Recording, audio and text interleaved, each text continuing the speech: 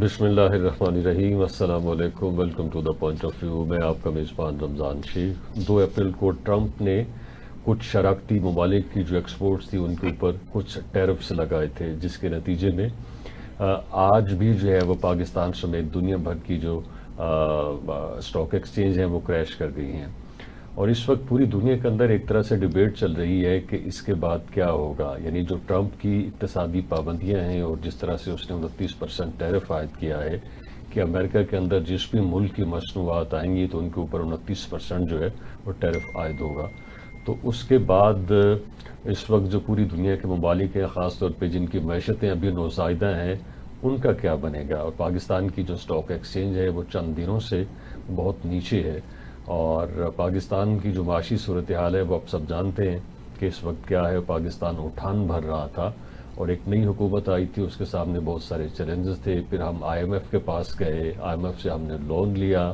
اس کا بھی 1 سال مکمل ہوا، اور اس کے بعد انہوں نے اس کو ایویلویٹ کیا ہے اور پھر ہمیں کچھ نئی شرائط دی ہیں۔ تو اس طرح کی معیشت جو کہ اپنے پاؤں کے اوپر کھڑا ہونا چاہ رہی ہے، تو اس کے لیے امریکن جو ٹیرفس کے اوپر ٹیرفس ہیں، جو پابندیاں ہیں، تو اس کے نتیجے میں پاکستان کی جو معاشی صورتحال ہے وہ کیا ہوگی۔ پاکستان کے پاس اس طرح کی صورتحال کے اندر کیا مواقع ہیں، کیا چیلنجز ہیں، اور پھر اس کے علاوہ جو دوسرا موضوع ہے وہ یہ ہے کہ کل اور پرسوں پاکستان کے اندر پاکستان منرلز انویسٹمنٹ فورم کا انعقاد ہو رہا ہے۔ پاکستان کا جو انرجی ڈپارٹمنٹ ہے وہ اس کو ہوسٹ کر رہا ہے، اور یہ جو فورم ہے پاکستان کے اندر جتنے بھی پاکستان کے مختلف علاقوں کے اندر ممکنہ طور پر منرلز موجود ہیں ان کے حوالے سے بات کریں گے، انہیں کس طرح سے ان کا کھوج لگایا جا سکتا ہے، انہیں ایکسپلور کیا جا سکتا ہے، انہیں جو ہے ایکسپورٹیبل پروڈکٹ بنایا جا سکتا ہے، اس کے اوپر بات کریں گے۔ میرے ساتھ شریک گفتگو ہوں گے کرنل ریٹائرڈ سیف قریشی صاحب اور خالد منصور آفریدی صاحب۔ کرنل صاحب، آپ سے میرا یہ سوال ہے کہ جو ٹرمپ ٹیرفس لگے ہیں 29% مختلف ممالک کی مصنوعات کے اوپر، پاکستان کو آپ کہاں کھڑا دیکھتے ہیں؟ ہم دیکھتے ہیں کہ پاکستان کی جو موجودہ حکومت ہے اس کے اندر کافی کانفیڈنس ہے۔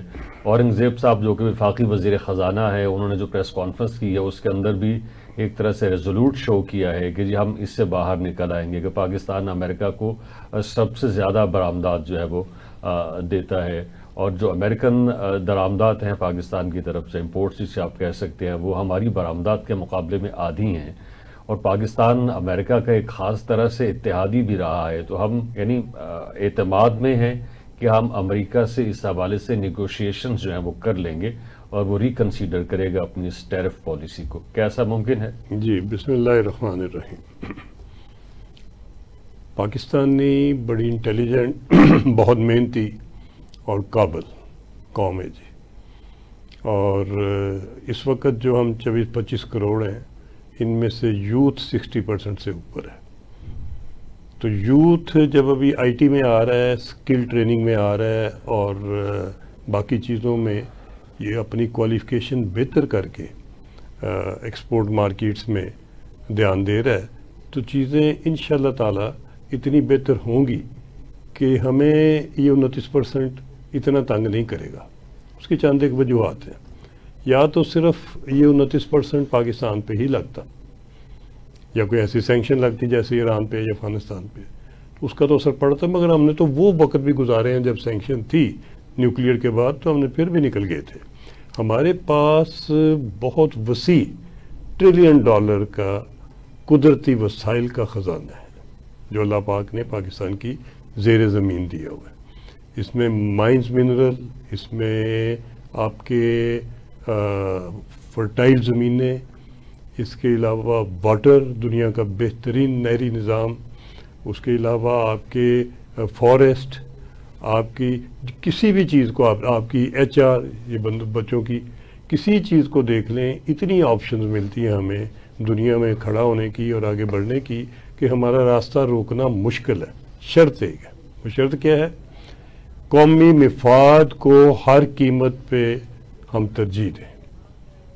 ہمیں کتنا پریشر بھی آئے، کتنا نزدیکی دوست بھی آئے، گھر کا بیٹا بھی سفارش لے کے آ جائے، کچھ بھی ہو جائے، پاکستان جتنا کہ ابھی نقصان اٹھا چکا ہے، ابھی اور نقصان اٹھانے کے پوزیشن پہ نہیں ہے۔ اس لیے ہر قیمت پہ قومی مفاد کا دھیان رکھا جائے. مجھے پتہ ہے کہ کدھر کدھر کیا صورتحال ہے، اس لیے میں 2 دفعہ ریپیٹ کر کے کہہ رہا ہوں کہ قومی مفاد first and Pakistan first and last. Mansoor صاحب، ہم نے دیکھا ہے کہ ٹرمپ نے جس بھی چیز کے متعلق سٹیٹمنٹ دیا، اس کے بعد جب اس کا اثر آیا یا اس کا جو ریاکشن آیا، اس سے پھر جو ہے ٹرمپ نے اپنے اسی سٹیٹمنٹ کو واپس لے لیا. اب یہ جو اس نے ٹیرفس عائد کیے ہیں مختلف ممالک کی مصنوعات کے اوپر، اس کا جو ریاکشن ہے وہ بہت سٹرونگ ہے، بہت سویر ہے. آپ دیکھ سکتے ہیں کہ اس وقت بہت سارے ممالک کی جو اسٹاک ایکسچینجز ہیں وہ بالکل بیٹھ گئی ہیں. تو آپ کیا سمجھتے ہیں کہ ٹرمپ کی جو ماضی کی ہسٹری رہی ہے جس میں وہ اپنے سٹیٹمنٹس واپس لیتے رہے ہیں، تو اس بار بھی کیا وہ اپنے اس سٹیٹمنٹ کو ریوزٹ کر سکتے ہیں یا اس کو واپس لے سکتے ہیں؟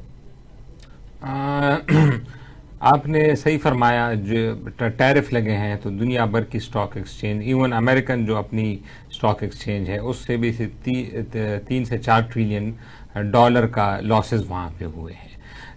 جو ٹرمپ کا جو ہسٹری ہے وہ اس ٹیرف کو تو کنٹری ٹو کنٹری مذاکرات کر کے اوپر نیچے تو کر سکتا ہے، لیکن وہ اس کو بالکل ختم نہیں کرے گا.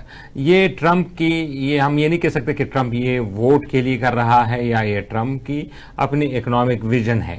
یہ ٹرمپ کی آئیڈیالوجی ہے، نظریہ ہے. جس طرح مختلف پارٹیوں کے نظریے ہوتے ہیں، جماعت اسلامی کا اپنا نظریہ، پیپلز پارٹی، یہ ٹرمپ آئیڈیالوجی ہے، یہ ریپبلکن آئیڈیالوجی بھی نہیں ہے. آپ اس کا انٹرویو دیکھیں آج سے 1994، وہاں پہ اوپرا ونفری شو آتا تھا، اس میں یہ تقریباً ینگ سا ہے، 30-40 سال کے عمر کا ہے. اس انٹرویو میں بھی یہ کہہ رہا ہے کہ چائنا امریکہ کو لوٹ رہا ہے، اور چائنا کی وجہ سے جو امریکہ میں جو بے روزگاری ہے اور جو مسائل ہیں وہ چائنا کی وجہ سے، اور ہمیں چائنا پہ ٹیرف لگانا چاہیے. یعنی وہ بندہ جو اس وقت اس کے خواب و خیال میں نہیں تھا کہ میں سیاست میں آؤں گا، نہ اس کو صدر ہونا تو بہت بڑی بات ہے، یہ پولیٹکس میں بھی نہیں تھا. تو اس لیے یہ اس کی ایک سوچ ہے جو کہ ہو سکتا ہے وقت بتائے گا کہ یہ غلط ہے کہ صحیح ہے. فی الحال تو اس سے لاسز تو کافی ہو رہے ہیں، امریکہ کو بھی لاسز ہو رہے ہیں، لیکن وقت بتائے گا کہ یہ اس کے جو آبجیکٹو تو یہی ہے نا کہ جو جتنے بھی ملکوں پہ جو ٹیرف لگے ہیں، یہاں پہ امپورٹس مہنگی ہو جائیں گی امریکہ میں، اور یہاں سے کارخانے شفٹ واپس امریکہ کو آ جائیں گے. لیکن مجھے لگ رہا ہے ایسا نہیں ہوگا. اگر چائنا پہ انہوں نے ٹیرف لگا دیا ہے تو چائنا سے یہ کارخانے شفٹ ہو کے ویتنام آ جائیں گے، انڈیا آ جائیں گے، بنگلہ دیش آ جائیں گے، لیکن امریکہ نہیں جائیں گے، کیونکہ امریکہ میں خود کاسٹ آف پروڈکشن ابھی بھی بہت زیادہ ہے. اور جہاں تک پاکستان پہ اس کے اثرات ہیں تو مجھے نہیں لگ رہا کہ پاکستان پہ اس کے زیادہ اثرات ہوں گے. اس کی وجہ یہ ہے کہ پاکستان تقریباً 5واں بڑا ملک ہے ٹیکسٹائل کے شعبے میں جو امریکہ کو اپنی مصنوعات ایکسپورٹ کرتا ہے. ہم کوئی 5 ارب ڈالر کرتے ہیں، سب سے بڑا چائنا ہے 20 ارب ڈالر کے قریب، پھر انڈیا ہے کوئی 10 سے 11 ارب ڈالر، پھر جرمنی ہے، پھر بنگلہ دیش ہے، پھر پاکستان ہے. اب پاکستان کو فائدہ یہ ہوا اس سب میں کہ جو ان کے کمپٹیٹر ہیں، یعنی آپ پہلے چائنا لے لیں تو چائنا پہ 55% ٹیرف لگائے، ہم پہ تو 29% لگا ہے نا، تو چائنا پہ 55% لگا ہے، پھر ویتنام پہ بھی 46% لگا ہے، پھر بنگلہ دیش پہ بھی 36% لگا ہے. تو یہ اگر ٹیکسٹائل، اور ویتنام اور بنگلہ دیش کے جو مین پروڈکٹ ہیں وہ ٹیکسٹائل ہی ہیں، تو جب ان کی وہاں پہ جو مصنوعات ہیں مہنگی ہوگی امریکہ میں تو اس کا فائدہ پاکستان کو ہوگا. تو اس وجہ سے ہمیں اس کا اتنا اثر مجھے نہیں لگ رہا کہ پاکستان پہ ہوگا. ہاں یہ جب مذاکرات کریں گے ہو سکتا ہے اور بہتری آ جائے، لیکن فی الحال مجھے ایسا کچھ نظر نہیں آ رہا. سیف صاحب، جب بھی کوئی چیلنجز درپیش ہوتے ہیں تو ان کے اندر اپرچونٹیز بھی چھپی ہوتی ہیں. تو یہ جو اس وقت پاکستان کو معاشی محاذوں کے اوپر مختلف چیلنجز درپیش ہے، ان کے اندر جو مواقع ہیں وہ بھی تو بدستور موجود ہیں کہ ہم اپنی جو معاشی پالیسیز ہیں ان کو درست کریں، ہم اپنی ایکسپورٹس کے اندر اضافہ کریں، آپ اپنے ملک کے اندر ہمارے جو انویسٹرز ہیں ان کو فیسیلیٹیٹ کریں، باہر سے انویسٹرز کو ہم اپنے ملک کی طرف راغب کریں، اور پھر ہم اپنے دوسرے ملکوں کے ساتھ جہاں ہماری مصنوعات کی مانگ ہے ان کے ساتھ اچھے تعلقات استوار کریں تاکہ ہماری جو مصنوعات کی مانگ بڑھیں، تو ایک طرح سے امریکہ کا آلٹرنیٹ ہم ڈھونڈ سکیں. کیا کہیں؟ جی میں سمجھتا ہوں کہ چیلنجز بھی ہیں، مگر میرے ورکنگ کے مطابق اس میں بہت ساری اپرچونٹیز ہیں. اس لیے قوم کو قطعی طور پہ پریشان نہیں ہونا چاہیے. اپرچونٹیز بھی لامحدود ہیں. ایسی اپرچونٹیز جب کبھی آپ کو ملتی ہیں، دیکھیے آپ کے دونوں نیبر جو ہیں وہ سینکشنز میں ہیں، ایران، افغانستان. اس میں بھی گولڈ مائنز اپرچونٹیز ہیں اگر ورک کی جائے. ابھی اس کے علاوہ جب آپ کو چائنا 55% پہ چلا گیا، آپ 29 پہ ہیں. چائنا کے پاس ان کی جو انڈسٹریل بیس تھا جس میں پولوشن کا کوئی نہ کوئی امکان تھا، پرٹیکولرلی اسٹیل یا فرنسز یا ایسی چیزیں، وہ انہوں نے اپنی انوائرمنٹ کو ترجیح دی اور پالیسی بنائی. سکریپ امپورٹ کرنا چائنا میں بین ہے. چائنا میں سکریپ نہیں جا سکتا. جس اپرچونٹیز کو ہم لوگ کچھ کیش کر رہے ہیں، ہم سکریپ سے فرنسز لگا کے تو کاپر کی انگٹ چائنا کو ایکسپورٹ کر رہے ہیں پاکستان سے، اور وہ اتنی ڈیمانڈ ہے کہ اتنی فی الحال بند نہیں رہی. گجرانوالا آپ کا سارا بیس اسی کام پہ لگا ہوا ہے. ابھی تو لاہور میں بھی اسٹیل انڈسٹری والے دوستوں نے بھی کاپر کی فرنسز، تو بہت اپرچونٹی. ابھی وہ موقع آ گیا ہے کہ جب میں پچھلے 10 سال سے یہ ورک آؤٹ کر رہا تھا کہ کون سی انڈسٹری چائنا کی بند ہو گئی ہے، اس کو ضرورت نہیں ہے، وہ ماڈرن انڈسٹریز میں چلا گیا ہے جس میں پولوشن نہیں ہے، اور یہ کیسے ہم پاکستان لا سکتے ہیں اور اس سے کیا پروڈکٹ بنا سکتے ہیں، کہاں ایکسپورٹ کر سکتے ہیں. تو یہ وہ ٹائم ہے کہ جس وقت چائنا کی انڈسٹری اٹھائیں. چائنا کے انویسٹر انویسٹمنٹ لے کے مشینری لے کے آنا چاہتے ہیں. ان کی بہت زیادہ شرطیں نہیں ہیں. اسٹیٹ ہیں کہ یہ مشینری ہم لاتے ہیں، ادھر کا پاکستان کی آپ ہمیں بلڈنگ اور انفراسٹرکچر ود یوٹیلیٹی وہ ساری آپ بیئر کریں تو جے وی کر کے چل پڑ. تو یہ جے ویز پاسبل ہیں. پاکستان کے ایمبیسڈر کو چائنا میں، پاکستان کی ٹریڈ منسٹری کو، پاکستان کے باقی دیگر جتنے بھی کاروباری گورنمنٹ میں ہیں، ان کو بیٹھ کے اگر تھنک ٹینک کی ورکنگ چاہیے میں دے دوں گا. پاکستان کا معاملہ جو چاہیے ہم مدد کریں گے فوری طور پہ تاکہ ہر بندہ اسی کیلکولیشن کے بعد جن پہ ٹیرف کم ہے وہ جائیں گے ٹیرف زیادہ والے علاقے میں، اور ادھر سے کوئی نہ کوئی ارینجمنٹ کر کے وہ ٹریڈنگ کو بہتر کریں گے اپنے ملک سے. یہ وہ موقع ہے کہ اس کو ود ان ڈیز مٹیریلائز کریں. اس میں باقی ساری چیزیں میں ٹی وی پہ آپ سے نہیں ذکر کر سکتا، اور کافی ساری اپرچونٹیز ہیں جو کہ کاروباری ایکسپلور کر سکتے ہیں. منصور صاحب اس وقت ایک کلپ گردش کر رہا ہے سابق صدارتی امیدوار کاملا ہیرس کے حوالے سے، جس میں وہ اپنی الیکشن کیمپین کے دوران کہتی ہیں کہ جو ٹرمپ جو ہیں جن ٹیرفز کی بات کرتے ہیں جب وہ پار میں آئیں گے اور مختلف ممالک کی مصنوعات کو ٹیکس کریں گے تو اس کے نتیجے میں مختلف ملکوں کی جو معیشت ہے وہ بیٹھ جائے گی. اور اس وقت پھر ایک کوئی معاشی تھنک ٹینک تھا، اس نے باقاعدہ اس کے اوپر ایک ریسرچ آرٹیکل جاری کیا جس میں اس نے یہ کہا کہ جی اگر ٹرمپ اپنی اسی معاشی سوچ کو لاگو کریں گے، اپلائی کریں گے، تو اس کے نتیجے میں پوری دنیا کے اندر ان کی مختلف ممالک کی جو اکانومیز ہیں وہ بیٹھ جائیں گی. تو اب لگتا ہے کہ کاملا ہیرس نے جو اس وقت پریڈکشن کی تھی یا اس وقت جو ایک اکنامک تھنک ٹینک نے جو بھی بات کی تھی وہ تو سچی ثابت ہو گئی ہے. ہاں جی بالکل بات صحیح ہے ان کی. دیکھیں امریکہ کا کیا مین چیز تھی جب سے یہ سیکنڈ ورلڈ وار کے بعد، جب ان کا کیپٹلزم کا عروج آیا اور پھر جب سوویت یونین کا بھی خاتمہ ہوا تو سارا جو رول ہے لیڈ کرنا دنیا کو امریکہ کے پاس چلا گیا. ان کی جو مین اسٹرینتھ تھی وہ تھا فری اکانومی، فری ٹریڈ اور رول بیس سسٹم. اب جب WTO آیا ان کو ممالک میں، آپ کو پتہ ہے کہ جب آپ سے 20 سے 30 سال پہلے بات کرتے تھے تو کہتے تھے کہ بھئی امریکہ میں ایک ایسی ڈیوائس آئی ہے، جب یہ ٹی وی آ گیا یا VCR آ گیا کہ لوگ باتیں سناتے تھے کہ ایسی چیز آئی اس سے آواز نکلتی ہے، گانے بھی بجتے ہیں، خبریں بھی آتی ہیں ٹی وی پہ. یہاں پہ وہ چیز جب آتی تھی یا تو اسمگل آتی تھی یا کوئی 5 سے 6 سال 7 سال پیچھے ہوتی تھی، ہم لیگ بیہائنڈ کر رہے تھے دنیا سے. پھر یہ WTO آیا، امریکہ کا جو نظام ہے وہ نافذ ہوا، تو جو چیز جاپان میں بنتی ہے وہ اگلے ہی دن آپ کو یہاں میسر ہوتی ہے. اس طرح آپ کو جو انفارمیشن ٹیکنالوجی امریکہ میں ہوا، گوگل سب سے بڑی مثال ہے کہ آپ اس پہ جگہ کا دے دیتے ہیں لوکیشن اور آپ پہنچ جاتے ہیں. تو یہ سب کچھ کیوں ہوا؟ کیونکہ امریکہ نے گلوبلائزیشن کی. گلوبلائزیشن سے ٹیلنٹ آیا دنیا میں، اور ٹیلنٹ کی وجہ سے ادارے بنے،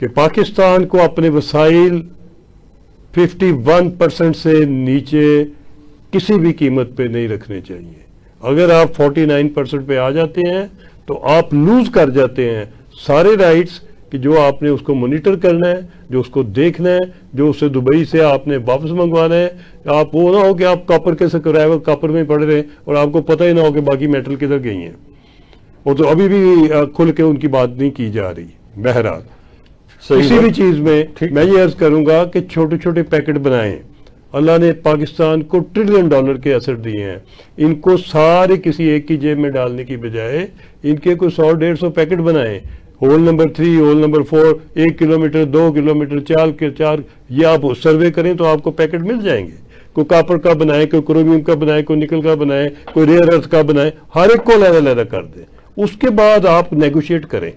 یہ جتنے لوگ ہیں ان سے ایک ایک کر کے نیگوشیٹ کریں اور ان کو آپ دعوت دیں کہ جو 40% سے 49% تک آپ تک آنا چاہتا ہے دائیں. باقی 50. ایک اور چیز, ان تمام آپ کے مائنز اور منرل کے اوپر فائنینسنگ اویلیبل ہے, بینکیبل ایسٹس ہیں یہ. ان پہ دنیا میں ہر جگہ پہ ان کو فائنینس ملتی ہے. بیٹر گولڈ بھی فائنینس بینک سے ہی لائے گا, جیب سے نہیں ڈالے گا. دوسری بات, ٹیکنالوجی. پاکستان سے زیادہ انجینئر, جیولوجسٹ, مائن نکالنے والے ہم نے اٹامک بنایا ہے, نیوکلیئر سنبھال کے رکھا ہوا ہے اور کافی آگے جا چکے ہیں. دنیا کی ٹیکنالوجی سے بہتر ہے. ہمیں کیا کسی نے ٹیکنالوجی دینی ہے, اور ساری ٹیکنالوجی دنیا میں بکتی ہے, اوپن ہے, خرید کے لائی جا سکتی ہے, اور اتنی چاہیے ہی نہیں ہے.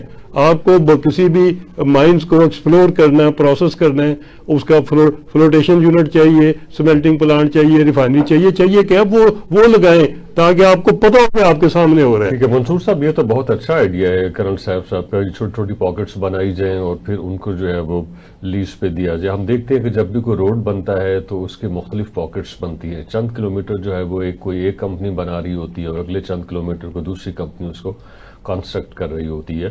تو میرا خیال تو یہ ہے کہ جو بھی لوگ اس کے اندر ملوث ہیں, جو بھی یہ لوگ اس کو دیکھ رہے ہیں, اس کے اوپر کام کر رہے ہیں, وہ خاص طور پہ شیئرز کے حوالے سے بھی اتنے ہی متفکر ہوں گے جتنے کہ آج ہم یہاں پہ بیٹھے ہوئے بات کر رہے ہیں. کتنے شیئرز فروخت کیے جائیں, کتنے شیئرز فروخت نہ کیے جائیں, اور پھر ان کی پاکٹس بنائی جائیں نہ بنائی جائیں, کیونکہ اس کے نتیجے میں پاکستان کو فائدہ ہوگا کہ پاکستان زیادہ سے زیادہ جو ہے وہ ارن کر سکے گا. بالکل صحیح کہا کرنل صاحب نے.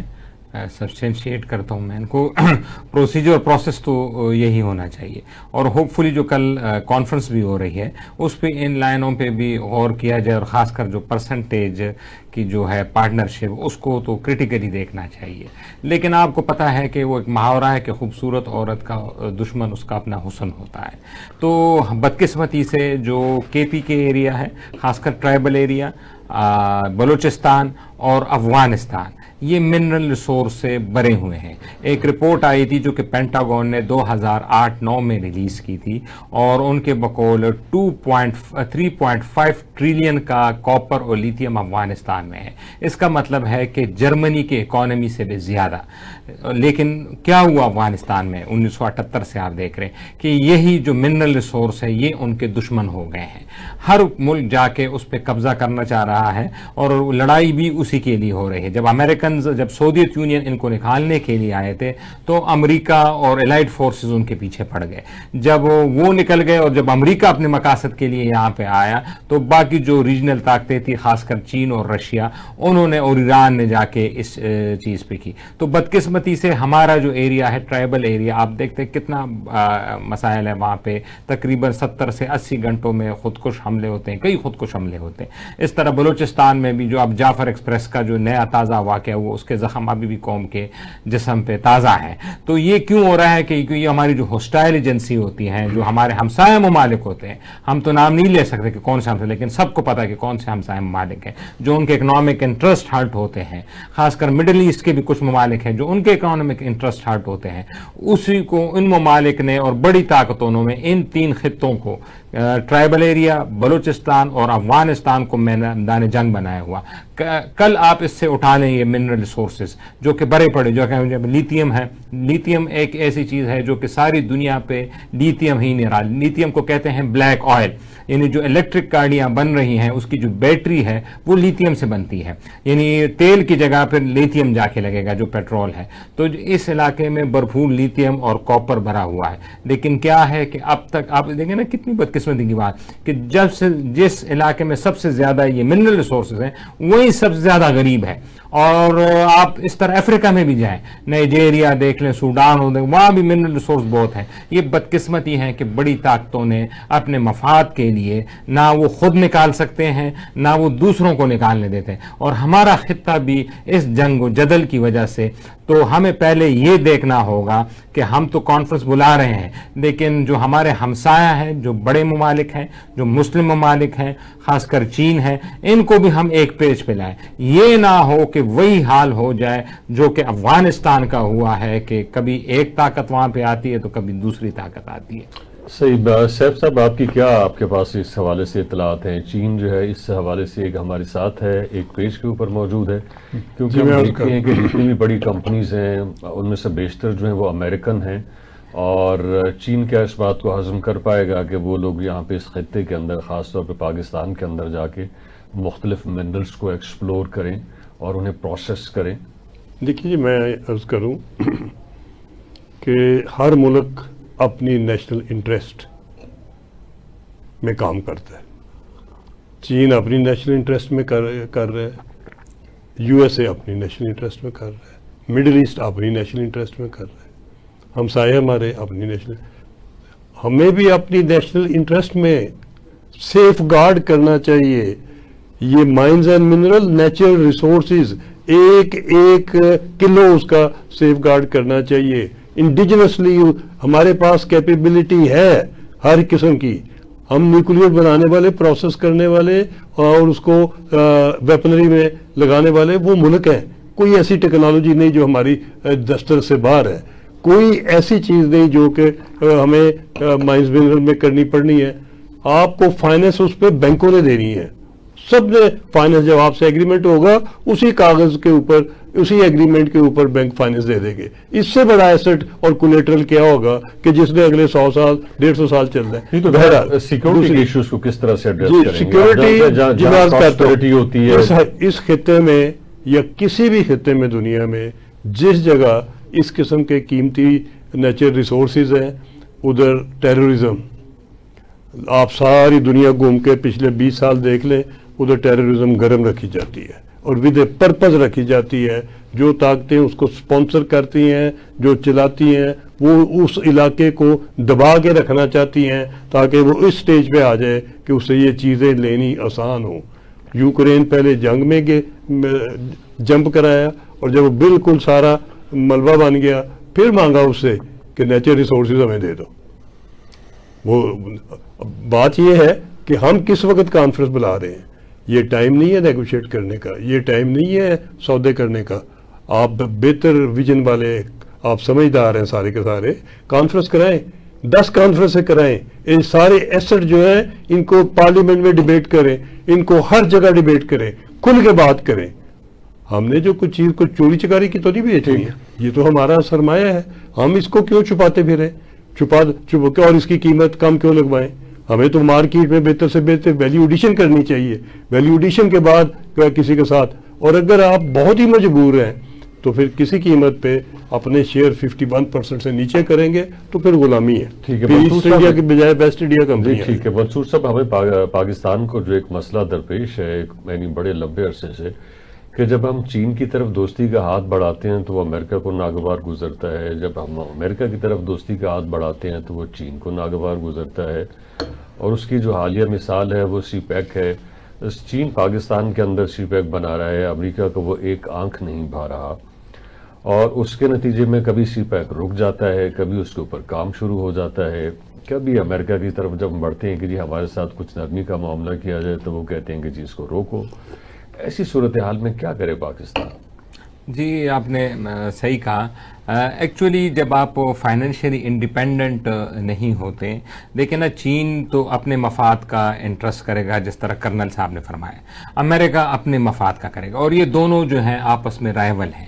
آج سے نہیں ہے، کافی ٹائم سے دونوں کی رائیولری چل رہی ہے، اکنامک رائیولری بھی چل رہی ہے اور وہ، لیکن آپ کو فائنینشیل انڈیپینڈنس ہو تو آپ بیلنس ہو کے چلتے ہیں۔ پاکستان آج سے 20 سے 30 سال پہلے چین اور امریکہ کے درمیان بیلنس چلاتا آ رہا ہے، یہ ہمیں ماننا پڑے گا۔ ہماری سیکیورٹی اسٹیبلشمنٹ اور فارن آفس کی کریڈیبلٹی ہے کہ انہوں نے بڑی خوبصورتی سے ان دونوں کو بیلنس کر کے چلایا، لیکن اب یہ مسائل شروع ہو گئے ہیں، خاص کر سی پیک کے حوالے سے ان کی بھی گریونسز آ رہی ہیں امریکن، کیونکہ ہم قرضوں تلے ڈوب رہے ہیں آہستہ آہستہ۔ میں آپ کی مثال دوں کہ جو چین جو ابھی تو ٹرمپ صاحب آئے، ٹرمپ صاحب سے پہلے امریکہ اور روس بھی اسی طرح چل رہا ہے، لیکن ہندوستان نے دونوں ملکوں کو بیلنس کر کے چلایا۔ کیوں چلایا؟ ان کے کوئی سورہاب کے پر نہیں لگے، وہ اس لیے کہ وہ فائنینشلی انڈیپینڈنٹ ہے۔ تو دونوں کے ہمیں بھی چاہیے کہ ہم فائنینشیل انڈیپینڈنس حاصل کریں، اس کے بعد ہم سے کسی کو کوئی مسئلہ نہیں ہوگا۔ ہم ایران کے ساتھ بھی تعلقات اچھے رکھیں گے، ہم سعودی عرب کے ساتھ بھی اچھے رکھیں گے، ہم چین کے ساتھ بھی اچھے رکھیں گے اور امریکہ، لیکن اگر ہم ڈیپینڈنٹ ان دونوں ملکوں پہ، سی پیک میں ہمیں اربوں ڈالر چین نے دیے ہیں، اس طرح امریکہ IMF کے تھرو ہمیں پیسے دے رہے ہیں، تو ہم پھر بلا کیسے دونوں کا کہا جو ہے وہ ٹال سکیں گے؟ تو فائنینشیل انڈیپینڈنس از دا کی ٹو دیس آبجیکٹیوز۔ اس کے ساتھ ہی پروگرام کا وقت ختم ہو چاہتا ہے۔ آپ دونوں کا بے حد شکریہ، آپ نے ہمیں جوائن کیا۔ یہ تھا ہمارا پوائنٹ آف ویو۔ اپنے پوائنٹ آف ویو سے آگاہ کرنے کے لیے وزٹ کیجیے ہماری ویب سائٹ tvtoday.com۔ دیکھنے کے ایک بار پھر بے حد شکریہ۔